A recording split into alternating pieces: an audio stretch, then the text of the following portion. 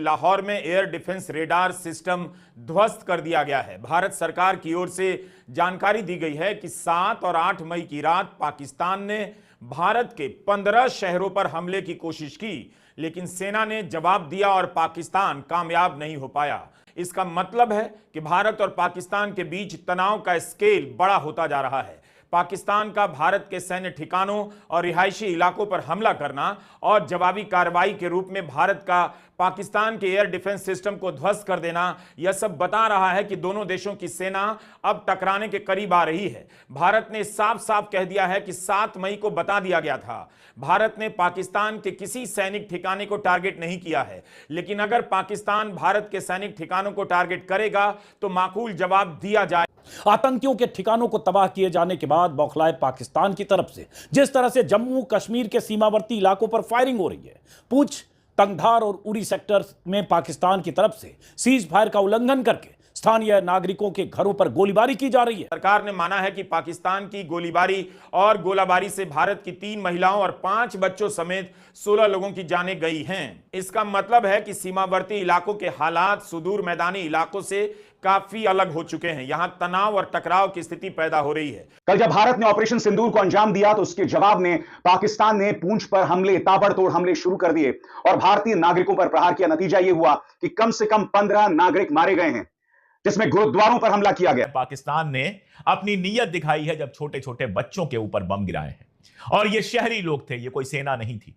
इनके ऊपर किसी तरह का कोई आरोप नहीं है। पाकिस्तान भी नहीं कह सकता कि ये आतंकी ठिकाने थे या आतंकवाद के कहीं से समर्थक थे। इनका सारा कसूर बस ये है कि इनका जो जन्म हुआ, इनका जो घर हुआ, वो सीमा के पास है, वो बाउंड्री के पास है। दोस्तों नमस्कार, स्वागत है आपका एक बार फिर हमारे न्यूज लवर के इस चैनल पर।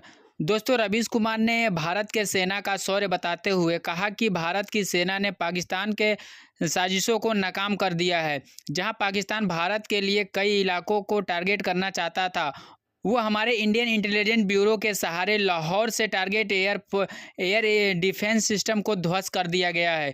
भारत के रडार में आने वाली मिसाइलों और ड्रोनों को भारत ने अपने एयर डिफेंस सिस्टम से ध्वस्त करता जा रहा है। पाकिस्तान में 7 मई के ऑपरेशन सिंदूर के बाद पाकिस्तान लगातार बेकाबू हो गया है, फायर कर रहा है और सिंदूर ऑपरेशन के बाद बॉर्डर से सटे गाँवों पर बम और गोलियाँ चला करके पूंछ और कई इलाकों में 17 से 18 लोगों की जानें गई हुई हैं। इस तरह से पाकिस्तान की बर्बरियत से उनका निकम्मापन दिखाई देता है। दोस्तों आज इस वीडियो में रवीश कुमार ने बताया है कि आज सरकार और विपक्ष यानी पूरा देश मिलकर के पाकिस्तान को जवाब देने के लिए तैयार है। जिस तरह पाकिस्तान की रिहायशी इलाके को चिन्हित करके चिन्हित करके हमला कर रहा है, तो इसका बड़ा खामियाजा उसे उठाना पड़ेगा।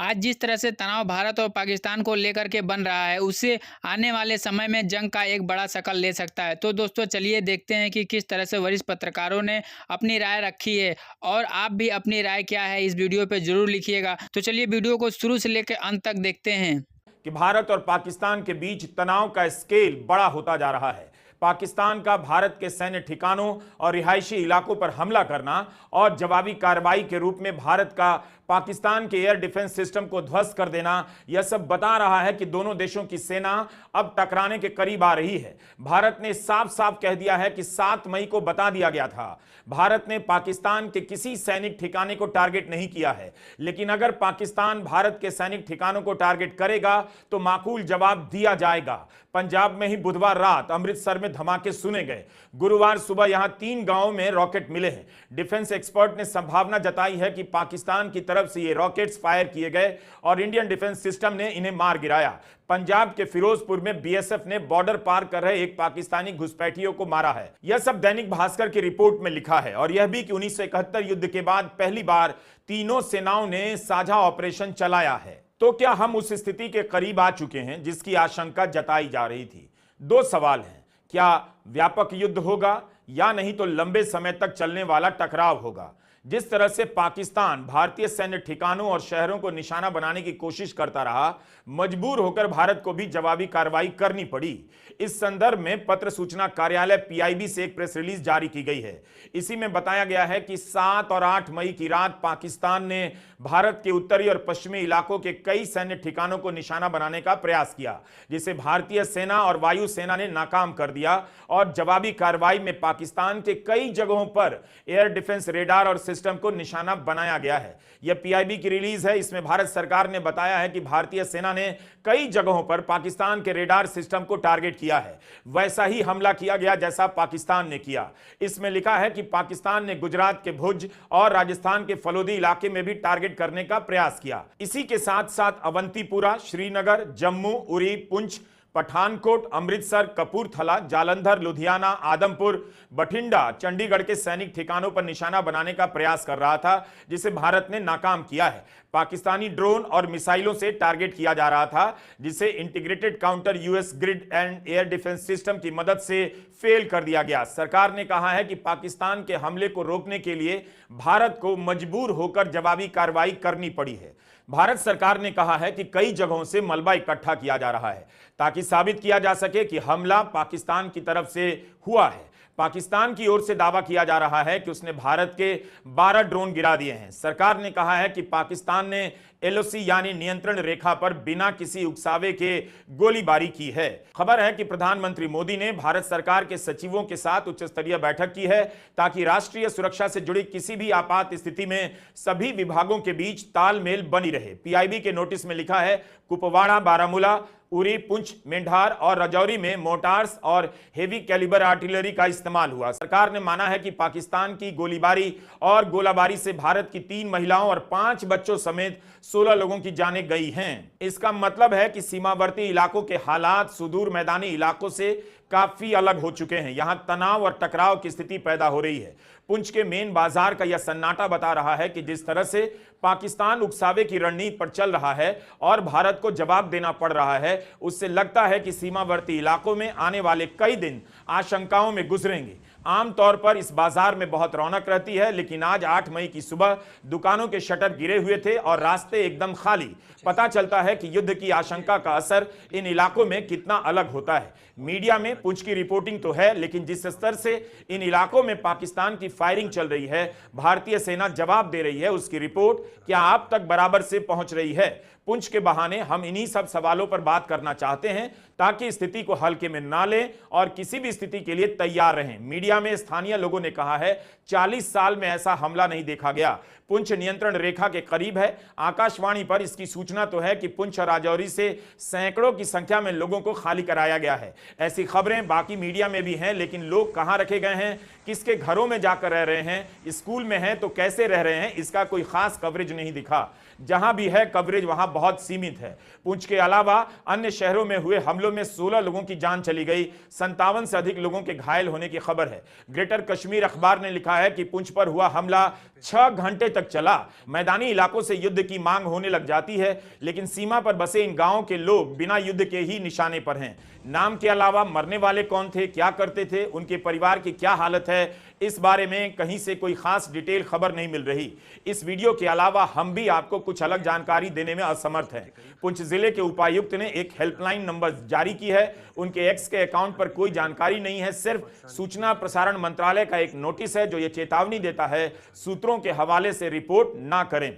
ये सारी सूचनाएं बता रही हैं कि भारत और पाकिस्तान की सीमाओं से लगे इलाकों में टकराव की स्थिति लगातार बनी हुई है, बढ़ती जा रही है। तो क्या यह माना जाए कि पाकिस्तान जम्मू कश्मीर और पंजाब के अलावा गुजरात और राजस्थान की तरफ भी निशाना बनाने का प्रयास कर रहा है? पाकिस्तान से आने वाली खबरों से पता चलता है कि लाहौर में भी सब कुछ सामान्य नहीं है। रॉयटर्स ने रिपोर्ट किया है कि लाहौर, कराची, सियालकोट के एयरपोर्ट पर कुछ समय के लिए उड़ानें बंद रहेंगी। भारत में भी कई एयरपोर्ट 10 मई तक के लिए बंद कर दिए गए हैं। यही नहीं, आज सर्वदलीय बैठक में भारत ने पहली बार माना कि कम से कम 100 आतंकवादी मारे गए हैं। सूत्रों के हवाले से यह खबर और संख्या छपी है कि सर्वदलीय बैठक में रक्षा मंत्री राजनाथ सिंह ने विपक्ष के सदस्यों को जानकारी दी। गोदी मीडिया में 7 मई को मारे गए आतंकवादियों की संख्या कहीं 70 बताई जा रही थी, तो कहीं 90, तो कहीं 900 भी। क्या आप जानते हैं ये दोनों गवाही हैं पाकिस्तानी बर्बरता और पाकिस्तान के वहशीपन की? कल जब भारत ने ऑपरेशन सिंदूर को अंजाम दिया तो उसके जवाब में पाकिस्तान ने पूंछ पर हमले, ताबड़तोड़ हमले शुरू कर दिए और भारतीय नागरिकों पर प्रहार किया। नतीजा यह हुआ कि कम से कम 15 नागरिक मारे गए हैं, जिसमें गुरुद्वारों पर हमला किया गया है। और सबसे बड़ी बात, जैसा कि आप देख सकते हैं, जैन और जोया दोनों को पाकिस्तान ने मौत के घाट उतार दिया है। मैं आज देश से सवाल पूछना चाहता हूं कि जितना आक्रोश हमारे अंदर पहलगाम के आतंकवादी हमले को लेकर था, आखिर देश पुंछ में जो लोग मारे गए हैं उसको लेकर खामोशी क्यों बनी हुई है? आखिर क्यों गोदी मीडिया यह सवाल नहीं उठा रहा है? यह सवाल तो पूछा जाएगा ना। आखिर क्यों सरकार इस पर कुछ नहीं कर रही है? आखिर क्यों भारतीय जनता पार्टी के नेता इस मुद्दे पर खामोश बने हुए हैं? आपके स्क्रीन पर दोस्तों ये जो तस्वीर आप देख रहे हैं, यह है एक्स सर्विसमैन अमनजीत सिंह की लाश, उनकी पत्नी और शायद उनकी मां उनके रिश्तेदारों के साथ। वो अपने घर में सो रहे थे जब पाकिस्तान ने पूंछ में गोलीबारी की और नींद में ही उनकी मौत हो गई जब एक शेल उनके घर पर आ गिरा। पाकिस्तान की बर्बरता की ढेरों मिसालें सामने हैं दोस्तों।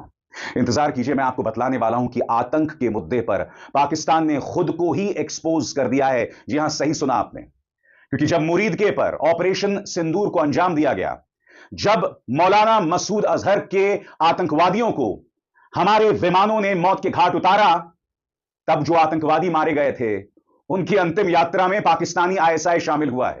जैसा कि आपने पूरे वीडियो में देखा, देख करके पता लग गया होगा कि जिस तरह से तनाव बढ़ रहा है, जिसके चलते जंग की संकेत मिल रहे हैं, हमें तैयार रहना होगा। खास करके जो लोग बॉर्डर एरिया में रहते हैं वो अधिक सतर्क रहें। दोस्तों, इस वीडियो को शेयर करें ताकि और लोगों के भी ये पता चल सके। रवीश कुमार जिस तरह से लाहौर से चल रहे साजिश का बयान किया है और भारतीय सेना के रडार पर अग्रसर होने की बात बताई है, वो हमारे लिए गर्व की बात है। आज भारत का सेना जिस तरह से पाकिस्तान के हर चाल को नाकाम कर रहा है और हमारे रडार पर जो भी पाकिस्तानी का एयर डिफेंस सिस्टम को नाकाम कर दिया जा रहा है। दोस्तों, सरकार ने जिस तरह से नई रणनीतियां बना रही हैं और सब कुछ विपक्ष को भी अपनी पूरे सिंदूर ऑपरेशन को जिस तरह से शेयर किया जा रहा है, इससे साबित होता है कि आज हमारा भारत देश एक हो गया है और हम सब एक हैं। अब पाकिस्तान चाहे जो कुछ भी कर ले, वो कामयाब नहीं हो सकता। दोस्तों, जो पूंछ में बच्चों की जानें गई हैं, उसका बदला तो भारत लेकर रहेगा पाकिस्तान से। दोस्तों, आज रवीश कुमार का जो सवाल और समझाने का जो तरीका है, वो समझने के लिए आपको पूरा वीडियो देखना ही पड़ता है। आज रवीश कुमार जैसे न्यूज़ रिपोर्टर की बहुत ज़रूरत है। भारत देश को जो आसान तरीके से लोगों को समझा देते हैं, उनके पूरे वीडियो को देखने के लिए हम उनके चैनल रवीश कुमार ऑफिशियल पर जाकर देख सकते हैं। आपको वीडियो पसंद आई हो तो वीडियो को लाइक करें, शेयर करें और हमारे चैनल को सब्सक्राइब करें। हम फिर मिलते हैं एक नई वीडियो और नए टॉपिक के साथ। तब तक के लिए नमस्कार, सलाम और सत श्री अकाल। फिर मिलते हैं। खुदा हाफिज। आपका दिन शुभ हो।